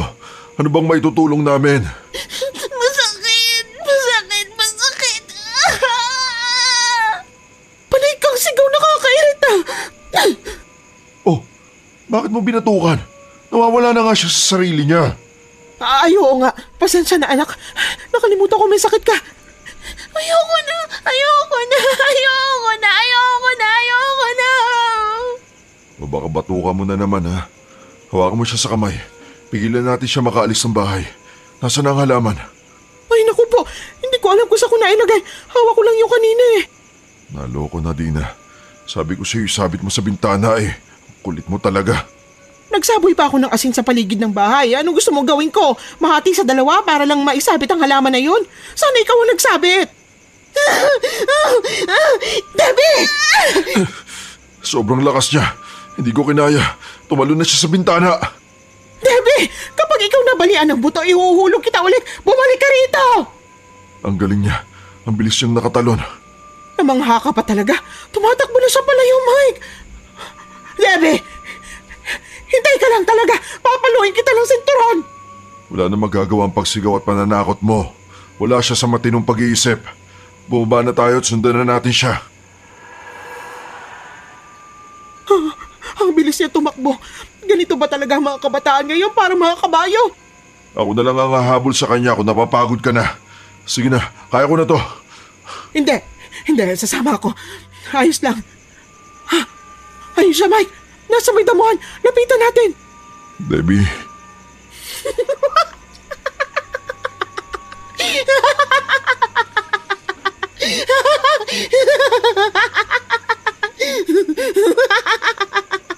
Hinihingal siya. Debbie, umuwi na tayo. Halika na. Ha? Nakatirik ang mga mata niya. Mike! Anong tinatawa mo dyan? Tumayo ka na at umuwi na tayo. Mukhang hindi to maganda. Parang may kakaiba. Mike, tignan mo ito. Parang may nakatusok sa leeg ni Debbie, oh. Patingin niya ako. Ano ba yan? Malaking linta. Parang gumagalaw eh. Hindi yan linta. Para siyang mahabang dila. Dila? Nanggagaling sa kung saan ang dila na to. Yan ba ang dahilan kung bakit parang timang tong anak natin ngayon? Sasabuyan ko ng asin. Narinig mo ba yon? May dumaing na boses. Ang bilis niyang nahila ang dila niya. Sinisip-sip niya na naman ang dugo ni Debbie. Pasalamat siya. Wala akong dalang tabak kundi tapos talaga ang dila niya. Yun panigurado ang aswang na gumagambala sa kanya. Ang batang ito, tuwang-tuwa pa sa nangyayari. Narinig mo ba yon? May kumakaluskos sa bandaron. Sundan mo kaya yung aswang. Dali! Hindi pwede. May ibang araw pa. Sa ngayon, kailangan natin unahin ang kapakanan ni Debbie. Saan ka na naman pupunta, Debbie? Pigilan mo. Mukhang habulin niya ang nilalang na yon. Hindi pwede! Debbie! Ako nang bahala sa kanya. Alalain mo lang ako. Oo, sige. Ang bigat na pala ng batang ito. Debbie, huwag ka malikot. Ano bang pinakain sa'yo ng aswang na yun at nagiging ganyan ka? Diyos ko naman. Debbie, huwag kang bibitiw. Hindi ka niya makukuha sa amin. Kaya lumabang ka rin. Hindi ka namin isusuko. Wala na siya sa katinoan. Kailangan niya mahimasmasan. Kahit hirap na hirap kami sa pagpigil kay Debbie, ay pinilit pa rin namin siyang maiuwi sa bahay. Pagkarating doon ay inupo namin siya sa sofa sa sala. Panay pa rin ang iyak at tawa ng aking anak na para bang nababaliw na. Naiiyak na rin ako habang pinagmamasdan ko ang anak ko na wala sa katinoan. Ako nang bahala rito. Kumuha ka ng tubig. Sandali, kukuha na ako. Tubig. Natutuliro na ako. Nasaan na ba yun? Ayun, may galon. Pwede na ito. Bilis, Dina! Eto na. Ibuhos mo sa kanya. Oh, bakit pati naman yung galon binagsak mo sa kanya? Natataranta ako sa iyo puro ka utos. Ano pong nangyari? Bakit nandito po tayo sa sala? Ang alam ko po nasa kwarto ako Anak, ayos ka na? Mabuti naman, epekto yung tubig. Parang mas epektibo ang paghampas mo ng galon. Ano pong nangyari? Anak, inaaswang ka na naman. Pumunta ka sa damuhan at may gumagawa ng hindi maganda sa'yo. Ho? Talaga ho? Natakot si Debbie matapos naming ikwento sa kanya ang nangyari. Pinakalma na lang namin siya at pinalakas ang loob. Simula nang mangyari yon sa anak ko, tuwing gabi ay ginagapos na namin siya para hindi siya makatakas kapag tulog. Lagi na rin akong nasa kwarto niya para bantayan siya. Isinabit ko ang halamang matitinik na pangontra sa aswang sa bintana ng kanyang silid at pinalibutan ko rin ng asin ang bawat sulok ng kwarto. Naglagay na rin ako ng walis tingting para kung may sumugod ulit, meron akong pangontra at panghampas. Ilang araw ang lumipas, hindi na kami ginambala pa ng aswang. Naisip naming epektibo nga ang mga pangontrang sinabi ng albularyo. Ilang araw akong hindi nakapasok kaya naggayak na ako para muling tumanggap ng labada kay Sir Benji.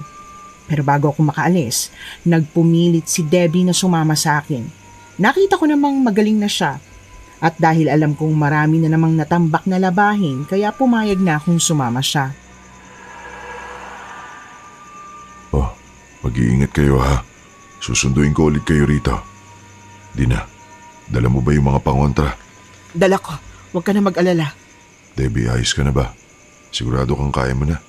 Kaya ko na po pa. Dapat kasi hindi ka na sumama Alam niyo naman pong inspirasyon ko si Sir Bernie. Nabubuhay ang pagkatao ko kapag nakikita ko siya. Ewan ko sa'yo. Sinama lang kita rito ako dahil malamang marami na tayong lalaban dahil ilang araw tayo hindi nakapaglaba. Halis na ako. Huwag kang magpapagod, Mike ha. Halos hindi mo pa nabawi yung katawan mo simula nung sinalakay tayo nung aswang. Huwag kang magpapakapagod. Sakitin ka pa naman at hikain. Ako pa ba? Sige na, alis na ako. Ding dong! Hoy, isang pindot lang. Nakakahiya ka talaga. Sir Bernie! Oh, kumusta na kayo? Ilang araw din kayo hindi nakapunta rito Pasok kayo. Namiss nga kita, sir Ay, syempre, namiss ko rin kayo. Teka, paano yung sugat mo sa leeg? Wala po to. Nandito na kayo. Makakapaglaban na ba kayo ng tuloy-tuloy? Sa tingin ko, oo. Mukhang ayos naman na tong si Debbie Ano ho bang nangyari sa inyo? May aswang po kasing gustong kunin si Debbie kaya binantayan po muna namin siya hanggang sa maging maayos na po yung lahat. Alam niyo ng patakaran ha. Walang pag-alagala para hindi tayo magkaroon pa ng problema. Baka habulin na naman kayo ng aso. Siya, mauna na muna ako. May aasikasuhin din ako sa loob Ay, ako rin. Teka, Debbie. Alam mo, siguro dapat palagi mo tong suot. Quintas? Ibibigay ko na yan sa'yo. Bigay yan sa akin ng magulang ko bilang pananggalang sa mga masasamang elemento o aswang. Naniniwala kasi sila ron Talaga? Ibibigay mo lang sa akin? Ay, bakit naman hindi? Kung makakatulong yan sa'yo. Ay, hindi na po, sir. Ayos lang po. Ibalik mo na yan, Debbie. Bakit naman po, ma? Bigay nga po sa akin to ni sir Hindi mo ba narinig si sir? Bigay pa yan ng mga magulang niya. Sauli mo na. Hindi po, ayos lang. Debbie, sa'yo na yan Magiging protection mo yan. Salamat po. Wala na akong nagawa ng tanggapin ni Debbie ang bigay ni Sir Benji. Simula nang makita ko kung paano tumingin si Sir Benji sa aking anak, masama na talaga ang kutob ko sa kanya. Hindi naman sa pagiging mapanghusga, pero hindi naman kasi namin sila kilala ng lubusan. Akala ko ay magiging maayos na si Debbie, pero isang gabi, parang hindi na tumatalab ang mga pangontrang nakalagay sa bahay namin dahil inatake na namang muli si Debbie. Muntikan na naman siyang makalabas ng bahay kung hindi ko lang siya naabutan. Agad kong sinabi yon kay Mike kaya napigil namin siya. At kinabukasan nga mismo, nag-report na rin ako kay Sir Benji ng sitwasyon at nag-alok siya ng tulong na doon muna kami tumira sa kanila para hindi na kami balikan ng aswang. Sa sobrang desperado kong mailigtas si Debbie, maging ang dalawa pa naming anak, ay pumayag ako. Maraming salamat Sir Bernie sa pagpapatuloy sa amin. Walang problema. Aalis naman ako at mawawala ng ilang araw. Si Yaya Ritz ang kasama nyo rito. Ligtas kayo rito. Sige, mauna na ako ha. May flight pa kasi akong pupuntahan. Baka maiwan ako ng eroplano. Pero gabi na po May masasakyan pa po ba kayo? At saka delikado po ang daan dito. May sasakyan naman po ako. Huwag po kayo mag-alala. Ay, sige na. Lumakad ka na kung saan ka papunta. Diyan lang kayo Sasamahan ko lang siya sa may gate. Dina, ang anak mo bantayan mo. Wala dapat masirang mga gamit Opo. Sus, ano ka ba, Yaya? Okay lang. Walang kaso sa akin. O siya, tara na. Ingat ka, baby ko. Boss Bernie. Ingat ka rin. See you soon. Bye. Ari ko nangungurot na naman Ay, magtigil ka nga sa paglalandi mo. Umayos ka na. Tulungan mo ko ayusin yung guest room na pinahiram ni Sir Bernie sa atin. Sa unang gabi namin sa bahay ni Sir Benji, naging maayos naman ang lahat pero pagpatak ng pangalawang gabi, nawala na naman sa tabi ko si Debbie. Agad akong tumayo at sinabi yon kay Mike. Hinanap namin siya at nakumpirma naming inaatake na naman siya ng pagkontrol ng aswang dahil nakita naming nakabukas na ang pintuan ng guest room. Nagmadali kaming lumabas at ginalugad ang second floor kung saan kami natutulog pero wala siya. Kaya bumaba na kami sa unang palapag. Nasaan na naman siya? Napakalawak ng bahay ni Sir Bernie. Mahirap siyang hanapin dito. Gisingin mo kaya si Ate Rita para matulungan tayo. Sinilip ko na siya sa kwarto niya. Wala siya roon. Wala siya. Saan naman siya pupunta ng ganitong disoras ng gabi? Umalis ka na, pakiusap. Alis na. Si Ate Rita yun na. Parang to sa likod bahay nang gagaling ang ingay. Puntahan na natin. Bilisan mo. Pakiusap. Huwag mo siyang sasaktan. Maawa ka sa bata. Ate Rita, anong nangyayari? Bebe! Diyos ko, nakahandusay na naman siya sa lupa. Nagpakita ka rin ng malapitan, aswang ka. Akala mo hindi kami handa. Tignan natin kung hindi ka masaktan sa holy water. Ano, lalabang ka? Naku, kanina ko ba siyang tinataboy pero ayaw niya umalis Patulong na lang pong hilahin si Debbie sa may gilid. Oo, sige. Aalalayan ko mga paa niya. Ang sakit ng dila niya. Akala mo uurungan kitang aswang ka. Hindi! Umalis ka rito. Hindi mo makukuha ang anak ko. Hindi, kahit kailan. Ay, nakatakas na siya. Ay. Siguradong hiindayin niya ang mga sugat na gawa ng holy water. Pumasok na tayo. Baka bumalik pa siya. Ako na magbubuhat kay Debbie papasok. Nanariwa na naman ang sugat niya, Mike. Talagang hindi tayo tatantanan ng halimaw na yon. Kahit saan tayo magpunta, palagi siyang sumusunod. Binantayan ko ulit si Debbie hanggang sa mag-umaga. Saglit lang akong nakaidlip dahil natatakot akong baka maglakad na naman siyang tulog. Pagkagising niya ay hinang-hina siya dahil siguro sa maraming dugong nawala sa kanya. Ang sabi kasi ni Ate Rita, nakita niyang naglalakad si Debbie kaya sinundan niya. Tapos ay huminto ito sa likod bahay at kitang-kita niya kung paanong ipinaubaya ni Debbie na sipsipin ng aswang ang dugo niya. Kaya dali-dali daw siyang lumapit para itaboy ang aswang. Isang araw, kinausap na ako ni Ate Rita ng masinsinan. Tina, hindi naman sa pinagtatabuyan ko kayo pero gusto ko umalis na kayo rito. Bakit naman Kung nasundan na kayo ng aswang, ibig sabihin, delikado na rin ang buhay ni Debbie dito. Natunton niya na kaagad kayo, kaya umalis na kayo rito. Pero si Sir Bernie po nagpatuloy sa amin dito. Tsaka, hindi pa po ako magaling Ang sabi niya sa akin nung kaming dalawang magkausap, wag akong aalis kung hindi pa ako magaling. Hindi na nga rin ligtas dito, Debbie. Halos atakihin ako sa puso nung muntik ka nang patayin. Paano kung bumalik yun dito? At pati si Bernie? Anak, tama si Ate Rita. Huwag na nating idamay si na Sir Bernie mo dito. Umuwi na lang tayo sa atin. Ayoko po. Hihintayin ko dito si Sir Bernie. Siya nagpatuloy sa akin kaya sa kanya lang din ako makikinig kung paalisin ba ako o hindi. Ano ba, Debbie? Huwag matigas ang ulo mo, nakakahiya sa kanila. Pinatuloy na nga tayo tapos ganyan pa. Pasensya ka na, Ate Rita. Hayaan mo at mag-iimpake na kami. Ayoko po sumama. May iwan po ako dito. Ako hindi na ako natutuwa sa katigasan ng ulo mo, ha? Uuwi na tayo. Bilisan mo na. Ayoko nga po. Dito lang ako. Debbie, bumalik ka nga rito. Abay, kung makapag-walk out ka, kala mo, parang bahay mo ito, ha? Pasensya na po kayo sa inasal ng anak ko. Ganyan lang po talaga yan. Kapag gusto niya, kailangan masunod.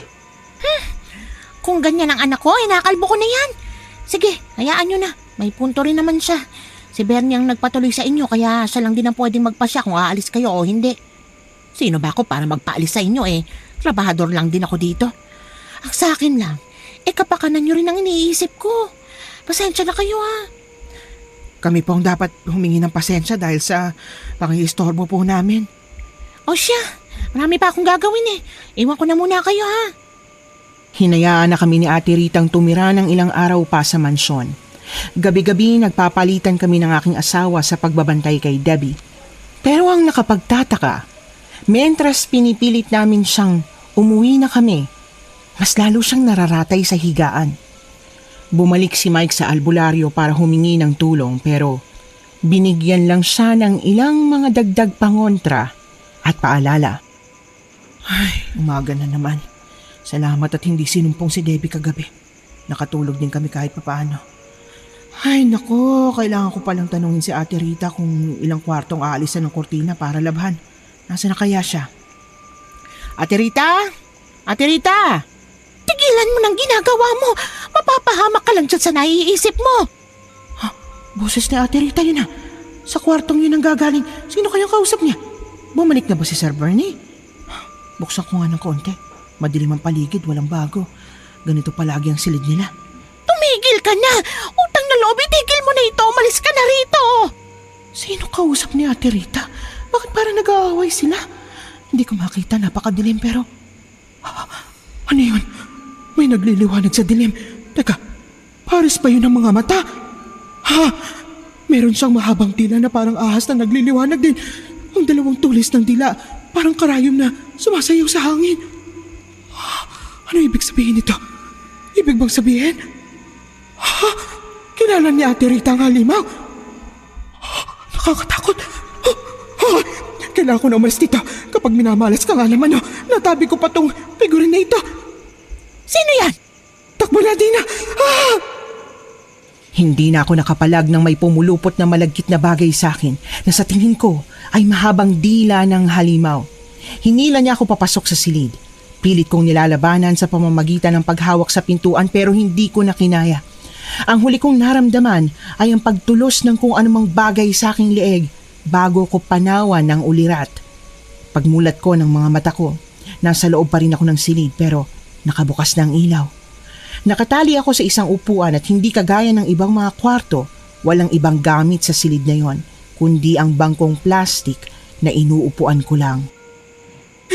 Tulong! Tulungan ninyo ko! Mike! Debbie! Tulong! Dina, nasaan ka? Nandito ako, Mike! Mike! Dito! Nakatali ako! Tulungan mo ako! Dina! Dina! Anong ginagawa mo rito? Bakit ka nakatali? Sino may gawa nito? Nasaan si Debbie? Bakit ang dalawang bata lang ang kasama mo? Kailangan na nating umalis dito! Ano bang nangyayari? Naguguluhan ako! Patay ang ilaw! Muli na naman akong hinimatay. Nang magising ako, nakita kong nakagapos na rin ang mag-aama ko pero wala si Debbie. Pinilit kong gisingin ang aking asawa sa pamamagitan ng pagsipa sa kanya. Hindi pa rin nagkakaroon ng malay si Mike, kaya pinwersa ko na lang ang lubid na nakapulupot sa kamay ko para lumuwag. Hindi ko pa rin magising si Mike pero sinubukan kong tanggalin ang pagkakatali sa kanya matapos kong makawala. Natigilan ako nang marinig ko si Debbie na sumisigaw sa labas ng silid. Layuan mo ako! Tigilan mo na ako! Debbie?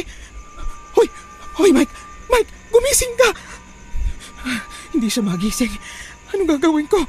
Kailangan ko iligtas ang anak ko. Hindi ko siya pwedeng pabayaan. Dito muna kayo ha. Ay, bakit ko ba kinakausap ang mga tulog? Ay nako. Debbie! Nandiyan ako. Saan ba nagagaling yung boses niya? Ano ibang lalaban ko sa halimaw na yun? Wala na mga pangontra ko. May kumuha ng asin sa bulsa ko. Anong gagawin ko? Teka. Itong nabasag na figurine na lang siguro. Magdadala din ako ng ilang piraso ng bubog sa bulsa. Wala man lang magamit nitong pananggalang. Ay, naku, nakakainis. Debbie! Debbie, saan ka papunta? Nandito ako. Hindi niya ako napansin. Teka, sandali. Si Ate Rita yun na. Tinakpan niya ang bibig ni Debbie. Saan niya dadalhin ang anak ko? Kailangan ko silang sundan. Sino yun? Ang halimaw! Marahil ay hinahanap niya rin si Debbie. Kailangan ko makuha ang atensyon niya para hindi niya mahabol ang dalawa. Itong halimaw na ito, sinasagad na niyang pasensya ko. Umaakit ang dugo ko sa kanya. Ay, kailangan ko na mas maayos na panlaban dito. Ayun! May map! Hoy! Halimaw! Dito! Hoy, bangit! Nandito ako! Sa tindi ng inis ko sa halimaw at sa pagnanais na malayo ang atensyon niya kay Debbie, sinubukan ko siyang labanan. Sumugod siya at nilatigwa ko gamit ang kanyang dila. Sinubukan kong iwasan at sanggain ang mga atake niya sa pamamagitan ng mop. Nang makalapit siya ay hinampas-hampas ko sa kanya ang mop na para akong nagpapastol ng mga pasaway na baka. Habang nilalabanan siya ay panay ang dasal ko sa isip ko na sana'y matalo ko siya. Natusok niya ako sa leeg pero inilabas ko ang piraso ng figurine at sinugatan ng dila niya. Narinig ko siyang humiyaw sabay bawi ng dila. Akala mo Sige, lumapit ka pa! Dina! Mike, salamat naman at gising ka na. Akala ko paninindigan mo ang pagtulog eh. Tulungan mo na ako rito. Hoy, halimaw ka. Akala mo magagapi mo kami. Hindi kami basta nagpapatalo. Hindi mo kami mapapatay. Maging ang anak kong si Debbie. Dadaan ka muna sa bangkay ko bago mangyari yon. Wow, saan mo naman napulot yung sinabi mo? Basta, Ano yung pinapahid mo sa katawan ha? langis to na dinasalan ng albularyo. Gamitin mo to para hindi ka mahawakan ng aswang. Ipahid mo rin sa dalawa pa nating anak. Ipupulupot ko lang tong rosaryo sa kamao ko. Sige, sumugod ka! Mga anak, magpahid din kayo, bilis, para hindi kayo mahawakan ng aswang. Ay, naku, sumugod na nga. Sige, suntukin mo. Tama yan, hilahin mong dila. Ikaw na si Raulo ka. Tanggapin mo tong hampas ng api. Nang makalapit sa akin ang halimaw ay hinampas ko siyang paulit-ulit gamit ang mop. Si Mike naman ay panayang suntok sa katawan nito. Hinila naman ng dalawa ko pang anak ang dila ng aswang at sinugatan gamit ang mga basag na piraso ng figurine na ibinigay ko. Sa huli ay nagapi namin siya, pero agad din naman siyang nakatakas. Nang masiguro namin na wala na siya ay hinanap na namin si Ate Rita at Debbie. Ate Rita! Debbie! Nasaan na kayo? Debbie, anak, ligtas nang lumabas. Wala na ang aswang. Nandito kami! Dito! Debbie! Mama! Papa! Akala ko hindi ko na kayo makikita. Shh! Tahan na. Tapos ng lahat. Wala na siya. Umalis na siya. Natalo na namin siya. Anong natalo? Napatay niyo siya? Munti ka na ho, kaya lang nakatakas siya. Ay. Ate Rita, sino yung kausap ninyo sa kwarto? Nakita ko po kayo may kausap. Sigurado akong yung halimaw yun. Oo. Nakita ko siyang pumasok na naman sa loob ng bahay kaya matapang ko siyang kinumpronta. Pagkatapos nun, nawalan ako ng malay. Anong nangyari sa inyo? Nakatakbo ako noon pero nawalan din ako ng malay. Nagising ako dahil sa mga sigaw ni Debbie. Nahihigop niya rin siguro ang dugo mo, Ate Rita. May sugat ka po kasi sa leeg Ay, talaga ba? Hindi ko na naramdaman. Pasensya na po kayo at nadamay pa kayo sa gulo ng pamilya namin. Pero okay na. Sigurado akong hindi na yung babalik. Mabuti naman at buhay tayong lahat. Alam kong mahihirapan kayong makatulog pero kailangan na nating magpahinga. Pumasok na kayo sa guest room. Siguraduhin yung nakalak ng mabuti ang pinto ha, para hindi pasukin sakaling bumalik yung halimaw. Ganon din ang gagawin ko. Ito, Ate Rita, may langis pa ako natira. Ipahid mo sa katawan para hindi ka mahawakan ng aswang. Salamat. Nang sumunod na araw, nabigla na lang kami sa sinabi ni Ate Rita, pero nauunawaan namin siya. Pinayuhan niya kaming umalis na ng bahay na yon. Ibinigay niya ang huling sweldo naming mag-ina at dinoble pa ito. Ang sabi niya ay ayaw niyang mapahamak ang alaga niya at ayaw na rin niya ng gulo. Pumayag kami sa sinabi niya at katakatakang hindi na tumutol pa si Debbie. Umuwi na kami ng bahay at ipinagpatuloy pa rin ang gawain namin na pagsusunog ng goma tuwing gabi. Sobrang baho ng goma. Sumasakit na ang ilong ko. Ako na nga dyan. Mamaya magkasakit ka na naman. Alam mo, napansin ko nung sinusugod tayo ng halimaw, hindi ko naramdaman ang mga sakit ko. Pero ngayong wala na siya, parang nagkakasakit na naman ako. Gusto mo bang bumalik na lang yung aswang para hindi ka na maging sakitin? Hindi na mas okay na ako sa ganito. Ma, pa, kain na po tayo. Tapos na ako magluto. Ay, may isa pang himalang nangyari Naging masipag ng anak natin. Siyempre po. Tara na po, kain na tayo. Tapusin lang namin tong pagsusunog ng goma at baka bumalik na naman yung aswang na yun. Aba, hindi ko siya uurungan kahit inuubo ako. May isa pa akong napansin kay Debbie. Bigla siyang sumunod sa atin nung paalis na tayo sa bahay ni Sir Bernie. Hindi siya nag-inarte na may sakit pa rin siya. Sayang at hindi na natin sila madadalaw. Balita ko wala nang nakatira sa bahay na yun Nakakalungkot. Hindi kaya umalis sila dahil sa nangyari? Nadamay kasi sila sa problema natin Oo nga po pala. May hindi po ako nasabi sa inyo tungkol kay Sir Bernie at Ate Rita. Bakit ano yun? Nung gabi po na hinabol ako ng aswang sa bahay ni Sir Bernie, hindi po ako nananaginip noon gaya nung una kong kwento. Nagising po ako na nasa ibabaw ko na po si Sir Bernie. Pero imbis na kiligin, nakakakilabot na karanasan po yung nangyari sa akin. Mahaba yung dila niya at sinisip-sip niyang dugo ko. Nilabanan ko siya. Nahawakan ko yung lampshade sa gilid ng higaan. At yun po yung hinampas ko sa kanya. Saglit niya ako nabitiwan kaya yun ang dahilan kung bakit ako nakatakas at nagsisigaw ng tulong. Si Sir Bernie? Yung aswang? Bakit ngayon mo lang sinabi sa akin? Nagkaroon po kami ng kasunduan ni Ate Rita na huwag kong sabihin yung nakita ko kapalit ng kalayaan nating lahat. Ang sabi niya, kung gugustuhin ng alaga niya, kaya niya po tayong tapusin. Pero kung mananahimik ako, wala rin siyang gagawin na ikakapahamak natin. Ang matandang yun! Ginagalang ko pa naman siya nung nakita ko siya sa kwarto na may kausap. Hindi talaga ako nakontento sa kwento niya pero pinaniwalaan ko na lang dahil sino ba ako para manghusga, di ba? Pero ngayon, totoo pala talaga ang hinala ko. Nagsinungaling din siya sa mga dahilan niya para pagtakpan ng sikreto nilang mag-amo.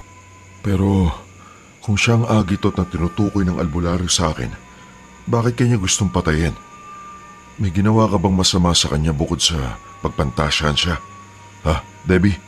Si Papa naman, binabalik pa talaga ang mga ginawa ko. Kinikilabutan po tuloy ako kung bakit ako nagkagusto sa kanya Makulit ka rin kasi Di ka nakikinig. Ngayon ko lang naisip na ang pinoprotektahan niya pala ay hindi tayo, kundi ang alaga niya. Narinig ko po palang nag-uusap sila nung isang gabi. Nagtatalo silang dalawa. Galit po pala si Sir Bernie sa mga babae dahil maraming beses na siyang naagawan ng nobyo. Pinagpapalit siya sa mga babae ng mga minamahal niya. Ibig sabihin, hindi siya tunay na lalaki? Nasira nga talaga ang pangarap mong bata ka. Ayan kasi puro ka pagpapantasya. Oo nga po pala. Next year po, babalik na ako sa pag-aaral. Gusto ko pong graduate para naman hindi na po ako pabalik-balik ng high school. Ay, mabuti naman at naisipan mo makagraduate. Mahirap din ang paulit-ulit ng grado. Matuto kang mangarap. Huwag kang aasa sa yaman ng iba kung gusto mo talaga ng magandang buhay. Dapat anak, sa iyo magsimula ang pangangarap. Hindi solusyon ang pag-aasawa para lang makatakas sa kahirapan. Oo na po. Marami kaming natutunan dahil sa karanasan namin yon. Pero ang ikinatuwa ko, malaki ang naging pagbabago ni Debbie sa buhay niya. Nagsumikap siya sa pag-aaral at kapag walang pasok ay tinutulungan niya ako sa paglalabada. Napagkasundoan naming pamilya na anuman ang naranasan namin ay hindi na namin ikukwento pa sa iba. Kahit naman siguro ikwento namin ay wala namang maniniwala. Basta ako, masaya na dahil magmula noon, namuhay ang aming pamilya na masaya kahit salat sa pinansyal na aspeto. Sama-sama kaming nangangarap na palang araw, makakatira rin kami sa magandang bahay, kahit hindi mansyon. Na natupad naman nang makapagtapos na sa pag-aaral ang aming mga anak. Talagang iginapang naming mag-asawa ang kanilang pag-aaral sa tulong na rin ng mga scholarship ng gobyerno. Bago sila bumuo ng kanilang pamilya, inuna muna nilang ipaayos ang munti naming bahay. Sa ngayon, hindi na ako naglalabada sa iba. Sa mga anak ko na lang ay ubos na ang oras ko sa paglalaba. Masaya ako sa buhay na meron ako ngayon. Labandera pa rin ako, oo, pero sa mga anak ko na lang. At ni minsan, hindi ko ikinahiya ang hanap buhay na yon dahil yon ang dahilan kung bakit maginhawa ang buhay ng mga anak ko ngayon. Nagustuhan niyo po ba ang ating kwento ngayong araw? Kung oo ang sagot at hindi mo pa nagagawa, aba, subscribe na. Click the notification bell ha, para updated ka sa tuwing maglalabas kami ng bagong kwento. Click like at mag-iwan na rin ng comment. Masayang-masaya ako tuwing nagbabasa ng messages mula sa inyo. At kung may sarili kayong karanasan na gusto nyong ibahagi sa amin, email lang sa missanhorrorstories@gmail.com. Dire-diretso lang, missanhorrorstories@gmail.com. Malay nyo, sa susunod, yung kwento na ninyo ang binabasa namin para sa ating mga tagapakinig. Hanggang dito na lang muna at maraming salamat sa inyong panonood.